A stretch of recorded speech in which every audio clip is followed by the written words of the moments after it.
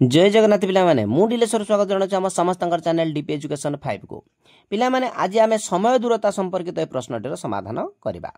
ताले भिडियोटी को आरंभ करने पूर्व समस्त गोटे अनुरोध भिडियोटी गोटे लाइक करदेव सांग मान सहित शेयर करदेव एवं आम चैनल को नुआ आसते निश्चित भाव सब्सक्राइब करदेव पिला माने आ गोटे अनुरोध भिडियोटी गोटे हाइप करदेव ताले देखा कौन दि जाए प्रश्न एक बस घंटा को 60 किलोमीटर वेगरे अपराह्न 1:45 स्टेशन छाड़िला केउ समय यह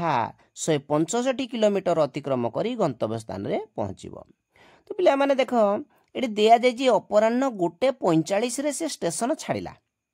केते स्टेशन छाड़िला 1:45 अपराह्न 1:45 रे से स्टेशन छाड़िला एवं 165 किलोमीटर जो जीवो केते बेले से पहुँचब केते बेले पहुँच जानिया पई आमे कौन करिबा ना केते समय लागिला जानिबा को पड़िबो। तो प्रथम देख जदि घंटाड़े लागिथिबो ताले 1:45 ये आ घंटाड़े माने 2:45 रे पहुँची जिवो जदि 2 घंटा लागिबो ताले ये 3:45 रे पहुँचबो ताले आमे जानिबा को पड़िबो जे प्रथमे केते समय ताकू लागिला।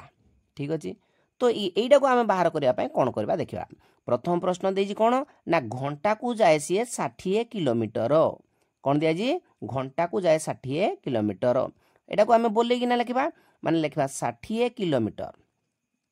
60 किलोमीटर जाए एक घंटा रे एक घंटा माने पिले केते ना 60 मिनिट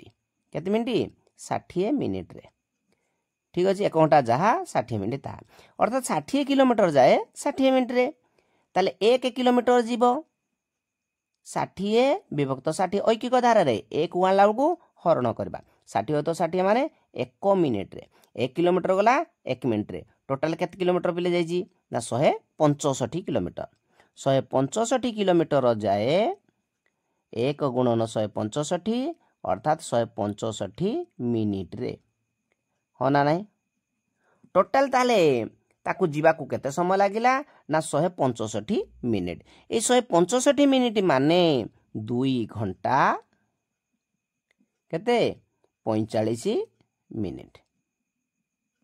कारण आमे जानि जे 1 घंटा जे 60 मिनिट तेणु 165 मिनिट समान 2 घंटा 45 मिनिट जदि बिले न जानि परजो ताहले आमे हरण करिकिना मध्य करि परबा 165 रे 60 हरण करिकिना भी करि परबा 1 घंटा समान 60 मिनिट 2 घंटा हला 120 मिनिट करिकिना भी आमे करि परबा जेमिति तुमको सहज हो जानि परबो जे 165 मिनिट माने 2 घंटा 45 मिनिट ताको लागिला।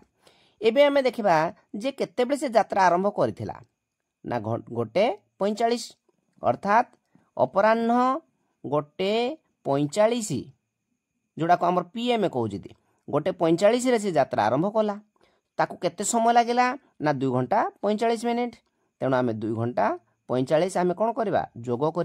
जोग कले केते पिले हबो ना 3 घंटा 90 मिनिट टाको आमे कोन करबा 1 घंटा 30 मिनिट कर दबा 1 घंटा 30 मिनिट कले 1 घंटा टाको एपटाणी मिसे दबा अर्थात 4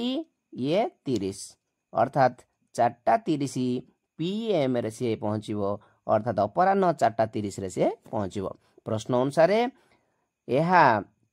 165 किलोमीटर अतिक्रम करी गंतव्य स्थान रे केउ समय रे पहुँचबो ना अपराह्न 4:30 मिनिट समय रे पहुँचबो। ताले पिला माने आज ये वीडियो रे एतिकी पुणी देखा गोटे नूतन वीडियो रे से पर्यंत जय जगन्नाथ।